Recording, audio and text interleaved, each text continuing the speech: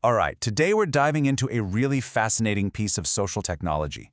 It's called the Qhiyar-Shift Persona. Now, this is a whole system built for one very specific, very human purpose, to safeguard honor when the pressure is really on. So, let's break it all down. Okay, let's start with a problem I think we can all relate to.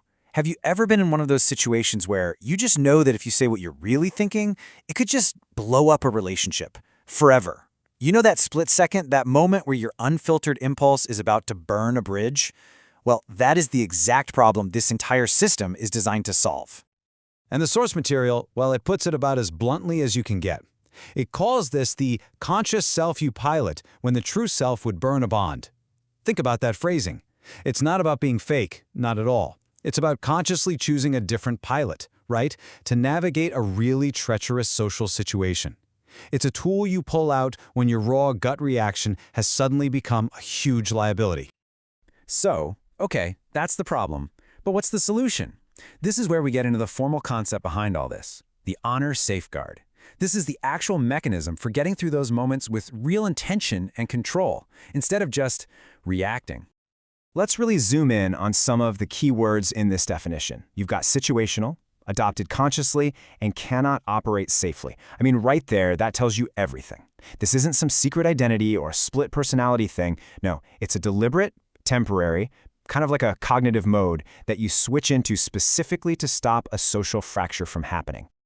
And look, let's be absolutely crystal clear on this point. This is not a lie. It's not an alias. An alias is all about hiding the truth for your own personal gain, right? A Qhiyar-Shift Persona is a safeguard. And the biggest, most crucial difference? Transparency. If somebody questions you, you're supposed to explain what you're doing. The goal here is to protect the honor of a relationship, never to shield a deception. So this whole system has some pretty strict rules. It has to be a conscious choice. It's activated by a specific context. So no, it's not just an excuse for bad behavior. And this next part is maybe the most important. It's measured by its impact, not your intent. Your good intentions mean absolutely nothing if the bond still gets damaged. This is a system built from the ground up on pure accountability. Okay, so I think we've got a good handle on the what and the why of all this.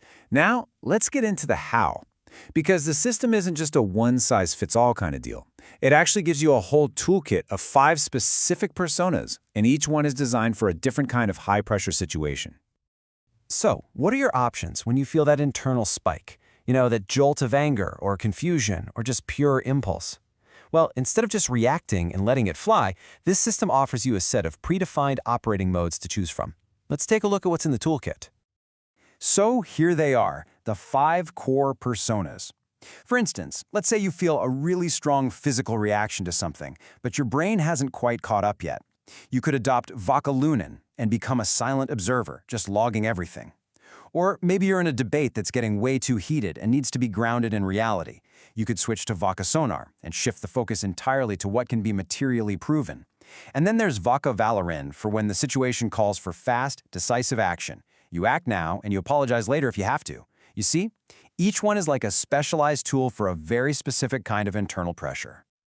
Now, theory is one thing, but let's see how this actually works in practice, right? We're going to walk through a real case study from the source material. It shows a really tense conflict get triggered, then contained, and finally mended using this exact system.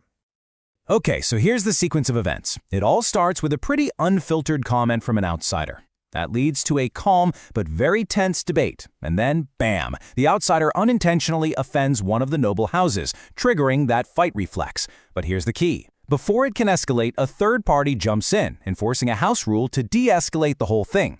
That's the containment. The outsider then performs a ritual apology, and a senior member of the group formally declares the bond repaired.